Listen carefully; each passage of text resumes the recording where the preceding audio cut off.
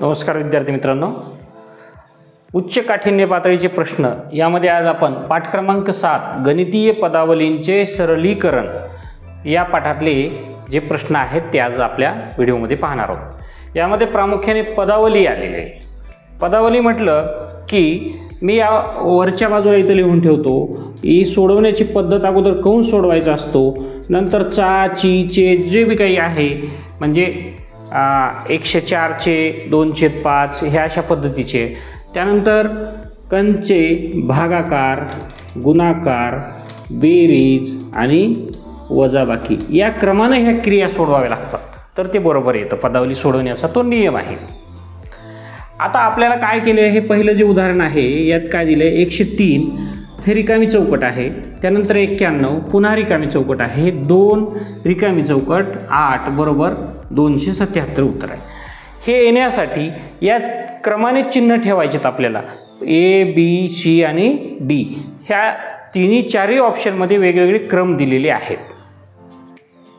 मग आपण एक एक, आता आपल्याकडे दुसरा मार्गच नाही, एक एक चिन्ह ठेवून पाहू। सगळ्यात पहिल्यांदा ये पर्याय वापरू आपण, म्हणजेच 103 अधिक 91 म्हणजे पहिले इथं काय ठेवलं आपण, अधिक ठेवलं, दुसरा गुणाकार आहे, गुणिले 2 वजा 8 बरोबर उत्तर एवढं येते का बघू आपण। आता या नियमाप्रमाणे अगोदर काय आहे आलेलं आहे, बेरीज वजाबाकी गुणाकार, परंतु पहिलं काय सोडवावं लागतं, बेरीज वजाबाकीच्या अगोदर गुणाकार सोडवावा लागतो। म्हणजे 103 अधिक 92 18 182 वजाबाकी 8 म्हणजे वजा 8। आता बेरीज अगोदर करू आपण, 3 आणि 2 5, 8 आणि 0 8, 1 आणि 1 2 वजा 8। आता 5 मधून 8 जात नाहीत, मग इथं उसना घेतला, इथं झाले 15, इथं राहिले 7, 15 मधून 8 गेले 7, 7 मधून जायला कोणीच नाही 7 आणि हे 2 277 उत्तर आलं। पहा, पहिलाच पर्याय आपण ठेवून पाहिला आणि हा बरोबर आला। म्हणजे या रिकाम्या चौकटींमध्ये जर कोणती चिन्ह असतील तर ती आहे बेरीज, दुसरं गुणाकार आणि तिसरं वजाबाकीचं। आपल्याला हे योगायोगानं पहिला पर्याय आला, आपण करून पाहिलं। बऱ्याच वेळी काय होतं की पहिला नसतो, दुसरा नसतो, तिसरा नसतो, चौथ्या 3 पर्यायाची उदाहरणं आपल्याला सोडावं लागतात, पण त्याला पर्याय नाही, त्याला मार्ग नाही, ते करून पाहावंच लागतं, त्याशिवाय आपल्याला हे उत्तर मिळत नाही।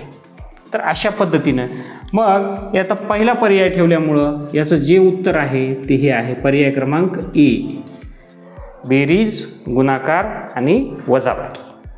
आता आपण दुसरं उदाहरण घेऊया। आता हे दुसरं उदाहरण आहे, दुसरं उदाहरण आपण पाहू। शुक्रवारी 2550 लोक प्राणी संग्रहालय बघायला गेले। शुक्रवारी किती लोक गेले की 2550। शनिवारी शुक्रवारच्या तिप्पट लोकांनी प्राणी संग्रहालयाला भेट दिली। शनिवारी किती गेले, या 2550च्या तिप्पट, तर या 2 दिवसात एकूण, हा शब्द महत्त्वाचा आहे, किती लोकांनी प्राणी संग्रहालयाला भेट दिली। विद्यार्थी मित्रांनो, गणित वाचत असताना त्याच्यातले महत्त्वाचे शब्द काय आहेत, मी हे अंडरलाईन केलेल्या 2 महत्त्वाच्या गोष्टी आहेत, तर ह्याच्यावर आपण फोकस केला पाहिजे। आता या 2 दिवसात एकूण किती लोकांनी भेट दिली, म्हणजे शुक्रवारी किती पहा, आता शुक्रवार 2250, शनिवारी किती गेले, शुक्रवारचे तिप्पट म्हणजे 3 पट म्हणजे 2250 अधिक 2250 अधिक 2250 किंवा 2250 गुणिले 3 वेळा, बरोबर आहे। मग शनिवारी 2250 गुणिले 3, आता ह्यांची बेरीज करावी लागेल, म्हणजे ह्यांची बेरीज काय येईल, 2250 अधिक 2250 गुणिले 3, आलं लक्षात। मग कसं येऊ द्या, आता पहिला पर्याय काय आहे, 2250 फक्त तिप्पट आहे, म्हणजे हा पर्याय नाही, पहिला पर्याय येतो का नाही। 2250 3 वेळा घेतले, पण 2250 3 वेळा तर शनिवारी आलेत, शुक्रवारचे 2250 आता पर्याय क्रमांक बी बघा, 2250 अधिक 3 गुणिले 2250 म्हणजे हे शुक्रवारचे आणि हे शुक्रवारच्या तिप्पटचे, म्हणजे एवढे लोक आलेत. म्हणजेच आता माझं हे गुणिले 3 बरोबर इकडं आलं तर इकडं आलं, काही फरक पडत नाही. असं लिहिलं काय ना असं लिहिलं काय, ह्याच्यात 2250 गुणिले 3. उदाहरण सांगतो, 5चा पाडा 3पर्यंत म्हणला काय आणि 3चा 5पर्यंत म्हणला काय, 5 त्रिक 15 आणि 3 5 15 म्हणजे 2250 गुणिले 3 किंवा 3 गुणिले 2050 250 अधिक 2250 म्हणजे या 2 दिवसात मिळून आलेल्या लोकांची संख्या ही असेल. हा जो पर्याय आहे, पर्याय क्रमांक बी हा बरोबर. आता खाली पाहायचं कामच नाही, इथं दुप्पट आहे, तिथं तर भागाकारच केला, 2250चे 3 भाग केलेत, म्हणजे हाही पर्याय चुकीचा ना हाही पर्याय चुकीचा आहे. हा पर्याय क्रमांक बी हा काय आहे, बरोबर आहे. समजलं का तुम्हाला? तर आपण अगोदरच काढून घेतलेलं आहे, अशा पद्धतीने हे उत्तर आलं. तर आपण तिसरं उदाहरण घेऊया. आता हे तिसरं उदाहरण बघू. पुढीलपैकी गटात न बसणारी पदावली कोणती? आता ह्या 4 पदावल्या दिल्यात, प्रत्येकीचं आपण उत्तर करून बघू. 7 गुणिले 7 7 49 भागिले 7 भागिले 7 49 भागिले 7 7 आलं इथपर्यंत.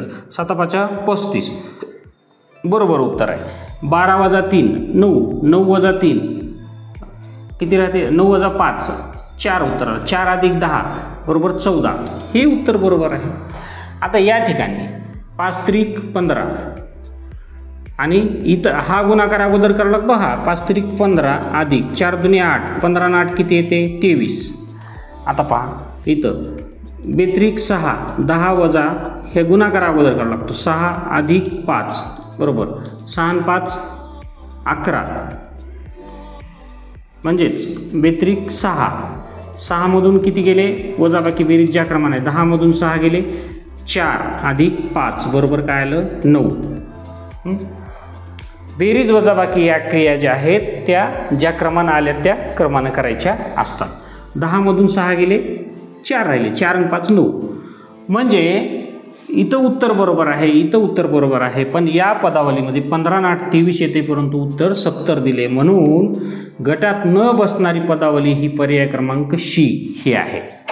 आलं का लक्षात? पर्याय क्रमांक सी. आता आपण चौथं उदाहरण घेऊया. पुढचं आता हे चौथं उदाहरण बघू आपण.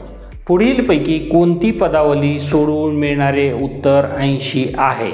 आता एक एक पदावली आपण सोडून घेऊया. आपण क्रमानं जाऊ.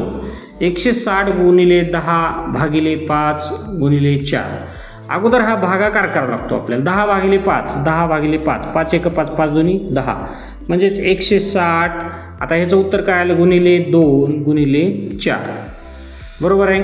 160 गुणिले 2 बेशून्य 0 बेसक 12ला 2 हातचाला 1 बेदून 4 1 520 गुणिले 4 म्हणजेच सॉरी बेशून्य 0 बेसक 12ला 2 हातचाला 1 बे 1 बेन 1 3 320 गुणिले 4 4 0 0 4 2 8 4 3 12 1280 उत्तर आले. आपल्याला उत्तर किती पाहिजे? फक्त 80 पाहिजे, म्हणजे हा पर्याय नाही. इथं पहा 160 गुणिले 10 कंस दिलेत. अगोदर हा कंस सोडू आपण, म्हणजेच 1600. कारण सरळ हे 2 शून्य केले आणि 16 1 16 गुणिले 5 चौक 20. आता 1600 भागिले 20 केलं आपण. तर हे 20 जे आहे, आता 1 शून्य कटला, हा 1 शून्य कटला, बे 1 बे 8 16 बे 0 0 उत्तर काय आलं 80 आलं. आपल्याला उत्तर काय पाहिजे होतं? तर ते 80च पाहिजे होतं. खालचे उदाहरणं सोडवायची आवश्यकता पडली नाही. पर्याय क्रमांक बी हा बरोबर आहे. पर्याय क्रमांक बी. कारण काय केलं आपण? हा कंस सोडवला. 160 म्हणजे 10 0 0 10 सक 60ला 0 हातचे आले 6 10 1 10 6 16 आणि 5 चौक 20 160 भागिले 20 केलं, सरळ सरळ उत्तर काय आलं 80 आलं. आता आपण 5वं उदाहरण घेऊया. गणितीय पदावलींचे म्हणजे एक पदावली दिली आहे 25 वजा 1/2 मोठा कंस आहे, त्यामध्ये 5 अधिक 4 वजा पुन्हा लहान कंस आहे, 3 अधिक 2 वजा 1 अधिक 3 तो कंस बंद आणि पुन्हा हा मोठा कंस बंद, या पदावलीचे उत्तर आहे. आता आपल्याला काय करायचं आहे? याच्यात अगोदर सगळ्यात कंस सोडवावा लागतो. कंस बी 2 प्रकारचे आहेत. हा मोठा याला महिरपी कंस म्हणतात आणि हा साधा कंस छोटा. तर हा आतला कंस अगोदर सोडून घ्यायचा. मग आतल्या कंसात काय आहे? 3 अधिक 2 वजा 1 अधिक 3 बरोबर आहे. 3 आणि 2 5 5 वजा 1 4 अधिक 3 बरोबर, याचं उत्तर काय आलं 7. आता ह्याला कंसाच्या बाहेरच काढू आपण, सरळ सरळ 7 लिहू. मग या कंसात काय आहे 5 अधिक 4 वजा 7 हा जो कंस आहे तो, आणि हे बाहेरचं 25 वजा 1/2 जशास तसं आहे. मग 5 आणि 4 9, 9 मधून 7 गेले, किती राहिले 2 राहिले.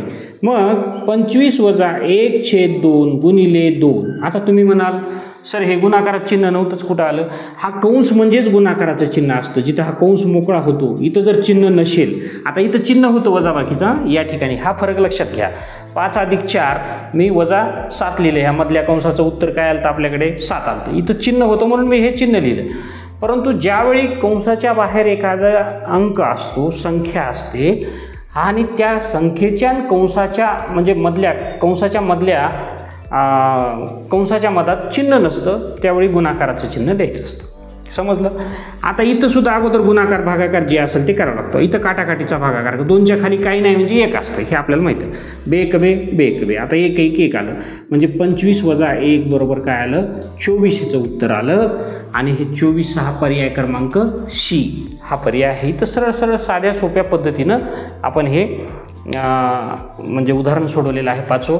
अशा पद्धतीने पाठ क्रमांक 7 मधले उच्च काठिण्य पातळीचे प्रश्न आपण घेतलेले आहेत. पदावली हा भाग आपण या पाठावर घेतला. निश्चित तुम्हाला आवडला असेल व्हिडिओ, त्याला लाईक करा, चॅनलला सबस्क्राईब करा. आणि स्कॉलरशिपचे सुद्धा आपण आता सिलेबस सुरू केलेला आहे. हळूहळू स्कॉलरशिपचे व्हिडिओ आपल्या चॅनलला अपलोड होतील, ते सुद्धा निश्चित पहा. तुमचं गणित या विषयाचं ज्ञान जे आहे ते तुम्ही परफेक्ट करून घ्या. हां, दुसरी गोष्ट बुद्धिमत्ता आणि भाषा जी आहे त्याची तयारीसुद्धा काळजीपूर्वक करावी लागते. ती तुम्ही स्वतःच्या पातळीवर करू शकता, ती करा. कारण बरेच वेळे असं होतं गणितात मार्क येतात, परंतु भाषेतल्या एखाद्या प्रश्नामुळे विद्यार्थ्याचा नवोदयला लागणारा नंबर जाऊ शकतो. त्यामुळे ती सुद्धा काळजी घेणं आपल्याला गरजेचं आहे. धन्यवाद.